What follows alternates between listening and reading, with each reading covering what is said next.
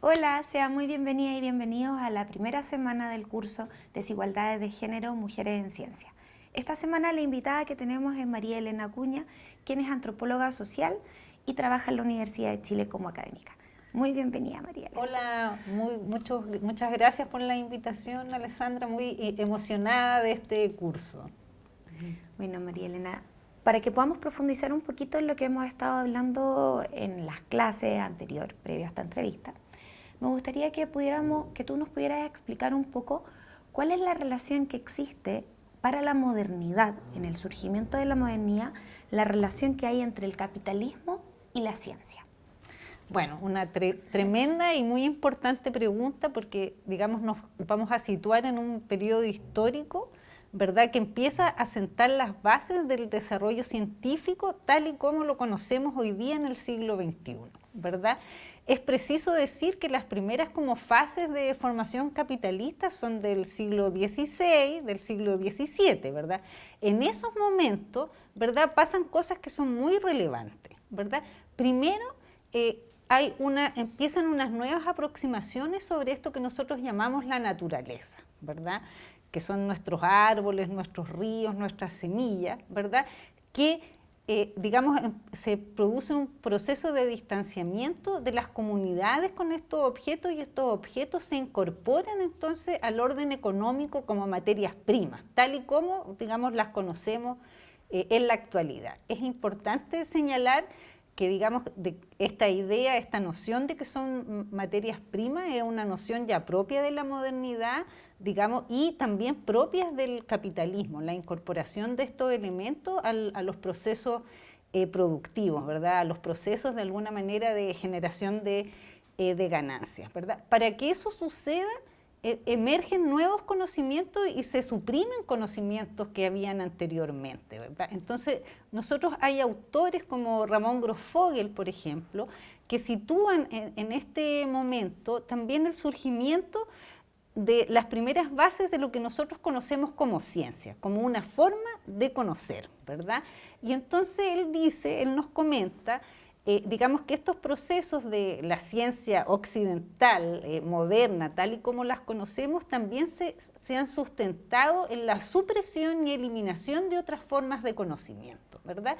Y él llama a estos procesos de destrucción de estas matrices de conocimiento epistemicidio, ¿verdad? Y entonces es importante, bueno, hay tres tipos como de epistemicidios o cuatro que él señala con mucha fuerza que ocurren. Primero, digamos, es la negación de que los conocimientos propios de los habitantes de América, ¿verdad?, de la América precolombina, ¿verdad?, y que se empiezan a encontrar y se empiezan a incorporar al conocimiento de Occidente, de Europa, a través de la conquista y la colonización de América, son también anulados, ¿verdad? Y instalados de alguna manera con nociones como de conocimientos poco serios, poco efectivos, ¿verdad? O como, bueno, y una serie de desvalorizaciones que ahí ocurren también, ¿verdad? El otro, digamos, fenómeno que él nos menciona es la expulsión, digamos, de las comunidades árabes y judías de la península ibérica, ¿verdad?, que estamos todos muy familiarizados con este proceso de nuestras clases de historia escolares, ¿verdad? Y él dice también hay una negación de estas comunidades como comunidades productoras de conocimiento, ¿verdad? También entonces él nos dice se anula, digamos, el conocimiento de las comunidades africanas, ¿verdad?, que es bastante dramático porque empieza entonces la captura para la esclavitud de la población africana y también sus conocimientos son anulados y desvalorizados. Y finalmente nos dice él, también, digamos, se destruye en este momento por una serie de razones que también tienen que ver con la incorporación de las tierras y las personas al orden productivo capitalista, se destruye y se anula una forma de conocer que era propia de las mujeres de amplias zonas de Europa, ¿verdad? Hay otras autoras feministas como Silvia Federici que lo enfatizan más en este fenómeno, digamos, y nos explican, digamos, de qué realmente se trató este periodo que también recordaremos muchos de nosotros, digamos, o que lo hemos leído o no comprendido bien, que es este periodo como de la caza y quema de brujas en Europa. Entonces, tanto Grofogel, como Federici enfatizan, digamos, que ese fenómeno es un fenómeno también de destrucción de conocimiento a través de la destrucción del cuerpo de las mujeres. Entonces, ¿qué es lo que pasa? Que entonces cuando se empiezan a sentar las bases del conocimiento moderno científico, el conocimiento de lo que a nosotros nos interesa de las mujeres ya no estaba presente, ¿verdad? Ya había desaparecido ese conocimiento y ya había ocurrido este proceso bastante dramático de desvalorización y destrucción de este conocimiento, tal vez asociado al cuerpo, tal vez asociado a la vida, también asociado al entorno, ¿verdad? A la naturaleza, por así decirlo. Y entonces, cuando se empiezan a instituir las universidades, ¿verdad? A partir de, digamos, de este momento histórico, ya estos eran centros de pensamiento, vamos a usar esa frase, esa fórmula, donde ya solo participaban hombres, ¿verdad? Y entonces se avanza con esta idea de que el sujeto que piensa es un sujeto masculino, europeo, ¿verdad? Porque también entonces, digamos, los sujetos masculinos africanos, árabes, judíos y americanos estaban también desvalorizados, nos dicen ellos, y no participan de estos procesos. Y entonces esto, digamos, otra ruptura muy importante es esta ruptura entre, digamos, el conocimiento y la naturaleza, ¿verdad? Entonces la naturaleza pasa a ser este objeto que nosotros queremos conocer, ¿verdad? Pero no forma parte, entonces nosotros como seres humanos, como comunidad, a partir de este proceso nos distanciamos, tomamos distancia de estos elementos, ya no nos sentimos parte, digamos, de nuestro entorno y empezamos a tener una forma de pensamiento mucho más como racional, nos dice la historia, que es un tipo de forma de observar, ¿verdad? Entonces, de ahí también creo que emergen posteriormente estas distinciones, digamos que son estereotipos que hasta el día de hoy se hacen presentes, ¿verdad?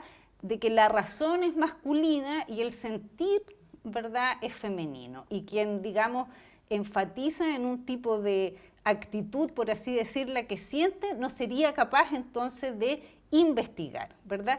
Estos estereotipos o estas estructuras de pensamiento han sido parte, digamos, en las últimas 3 décadas de la composición de estos campos que vamos a llamar científicos y han tenido consecuencias prácticas también, ¿verdad?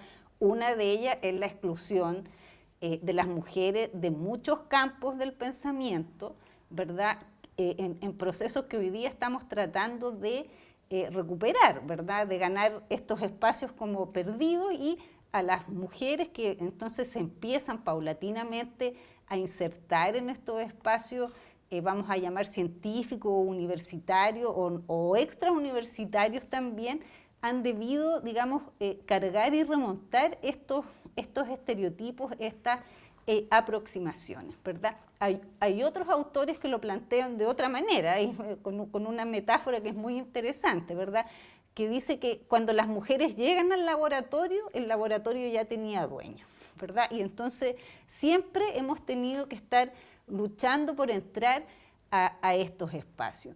Y entonces estos fenómenos ocurrieron hace 300 años y ocurren hace 50 años también en procesos como de ida y vuelta, ¿verdad? Entonces hay teóricas que también plantean, ¿verdad?, que estas disputas que se empiezan a ocurrir desde la mitad del siglo XX en adelante con los procesos de decolonización posteriores a la Segunda Guerra Mundial en muchos territorios del mundo, también entonces son procesos donde, digamos, las lógicas productivas capitalistas ahora actualizadas a lo que es, digamos, el siglo XX, también van con una lógica de que la naturaleza es una fuente de recursos, pero no una fuente de conocimiento. Entonces, que son solo objetos para que nosotros podamos conocer, pero nosotros no tenemos una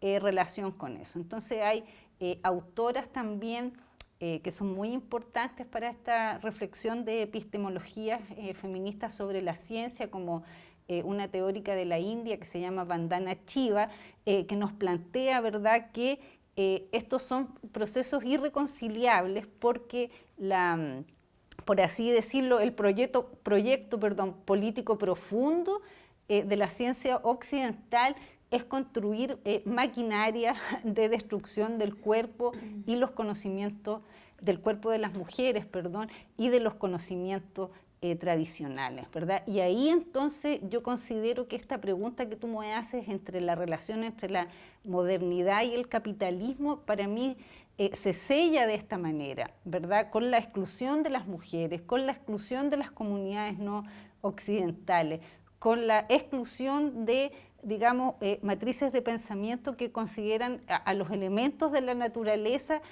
como profundamente imbricados con el cotidiano, no solo como objetos, digamos, ni fuentes de recursos materiales y objetos de conocimiento, sino como, digamos, una naturaleza mucho más relacionada, más sintiente, ¿verdad?, de lo que nosotros hoy día consideramos en estos procesos.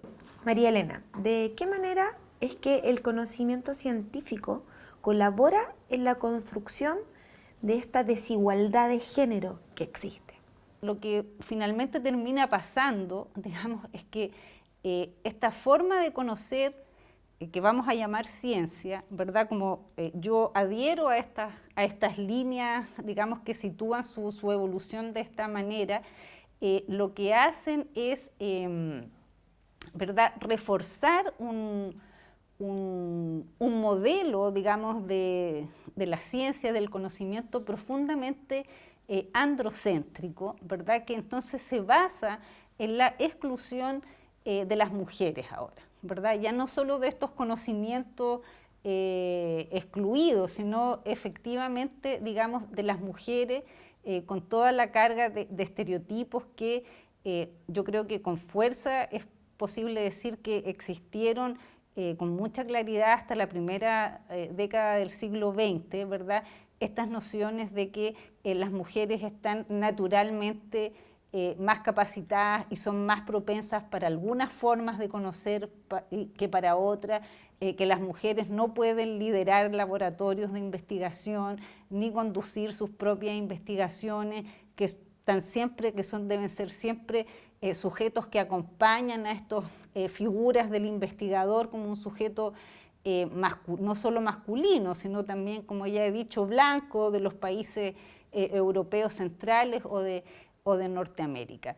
Y entonces todo, digamos, la segunda mitad del siglo XX, ¿verdad?, con la emergencia de discusiones feministas y posteriormente con la emergencia de estas aproximaciones de las epistemologías feministas y la relación entre el género y la ciencia, nos han empezado a ayudar a comprender que estos no son fenómenos naturales, sino que son fenómenos sociales y sobre todo que son fenómenos políticos y que se requiere mucha fuerza y voluntad para poder transformar estos procesos de exclusión, digamos, de las mujeres de muchos campos científicos, ¿verdad?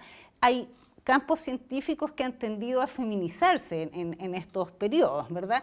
Y ahí también creo que es bueno, Alexandra, mirar en detalle qué es lo que ha ido pasando con esos campos, digamos. Y creo que hay el gran problema de cómo se distribuye el reconocimiento y el prestigio, ¿verdad?, en estos campos, ¿verdad?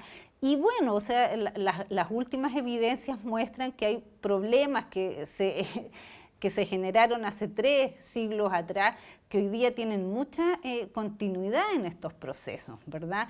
Entonces, que las mujeres, digamos, no gozan de todo el prestigio, ¿verdad?, y la autoridad científica que deberían gozar en campos donde son altamente partícipes, ¿verdad?, que son incluso mayorías en algunas áreas, ¿verdad? Y yo considero que es porque nosotros no hemos podido todavía, o las políticas públicas que estamos empezando a implementar, comprender bien que la ciencia es un tipo de conocimiento, ¿verdad?, que es, digamos, por así decirlo, que son estructuras altamente generizadas también, eso quiero decir. Entonces, que reflejan las mismas desigualdades de género que existen en otros ámbitos del quehacer cotidiano, de nuestra vida cotidiana, pero por otro lado, digamos, son a su vez promotores de esas diferencias. Esa es la complejidad que tenemos, ¿verdad? Que son procesos como de ida y vuelta de alimentación permanente, digamos, de dónde se generan los sesgos, cómo se legitiman los sesgos, qué efectos tienen estos sesgos de género en la vida práctica y cómo esos efectos prácticos vuelven a reforzar el sistema. Entonces, yo creo que hay que desandar todo esto con mucha paciencia, con mucha valentía, con cursos como este, ¿verdad? Que nos muestran la profundidad de los fenómenos científicos, ¿verdad? Y que nos ayudan a comprender que uno mira y crea y entiende los fenómenos desde posiciones sociales muy específicas donde uno y una también está emplazada, ¿verdad? Que hay conocimiento y formas sobre todo de conocer que no gozan de la misma legitimidad, ¿verdad? Porque se legitiman algunas fórmulas más que otras, ¿verdad? Y cómo entonces todavía en todas estas fórmulas los hombres y los puntos de vista androcéntricos, ¿verdad?, que se originan en este problema inicial que tú me preguntas de la relación entre la modernidad y el capitalismo, continúan presentes. Entonces, solo conociendo nosotros estos fenómenos es que vamos a poder muy paulatinamente transformar las prácticas. Y entiendo que hay capas de prácticas que hemos ido transformando, ¿verdad? Una de ellas es la incorporación física, por así decirlo, de mujeres en campos científicos, ¿verdad? De mayor atracción de talentos de mujeres en ciertas áreas, en ciertos campos, y tenemos que seguir impulsando esos cambios, porque no es solo llegar, ¿verdad? Es que la vida de las mujeres en estos espacios científicos se pueda desplegar con toda la fuerza que merece, con toda la importancia que esto tiene, ¿verdad? Y que nos abramos también como sociedad a, digamos, a aceptar que hay distintos puntos de vista y que hay fenómenos, ¿verdad?, que hoy día nos resultan insólitos. Solo quiero poner el ejemplo de algo que leí, ¿verdad?, alguna vez en algún libro de ciencia y tecnología, ¿verdad? Habían unas investigadoras del MIT que discutían en este libro, hacían un análisis y decía que cuando se empezó a investigar, ¿verdad?, el desarrollo de las tecnologías que eran requeridas para, digamos, ayudar a las mujeres que tenían cáncer de mama, hubiera estado inicialmente compuesto con mujeres, tal vez las tecnologías y los derivados de estos procesos serían muy distintos a los que hoy día nosotros conocemos, ¿verdad? Y hace sentido también pensar en eso, ¿verdad? Lo pongo como ejemplo porque es un ejemplo, digamos, donde está implicado el cuerpo, el conocimiento, ¿verdad?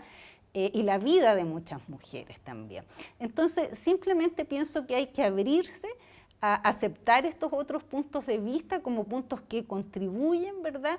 Y avanzar entonces a finalizar, digamos, con este fenómeno que yo partía diciendo de la exclusión del conocimiento y del cuerpo de las mujeres como experiencia también necesaria para la ciencia, ¿verdad? Entonces creo que hay mucho que hacer, que avanzar en eso y como decía hace pocos minutos, este tipo de cursos yo creo que son muy necesarios para comprender la ciencia como un fenómeno histórico y social. Muchas gracias por la respuesta.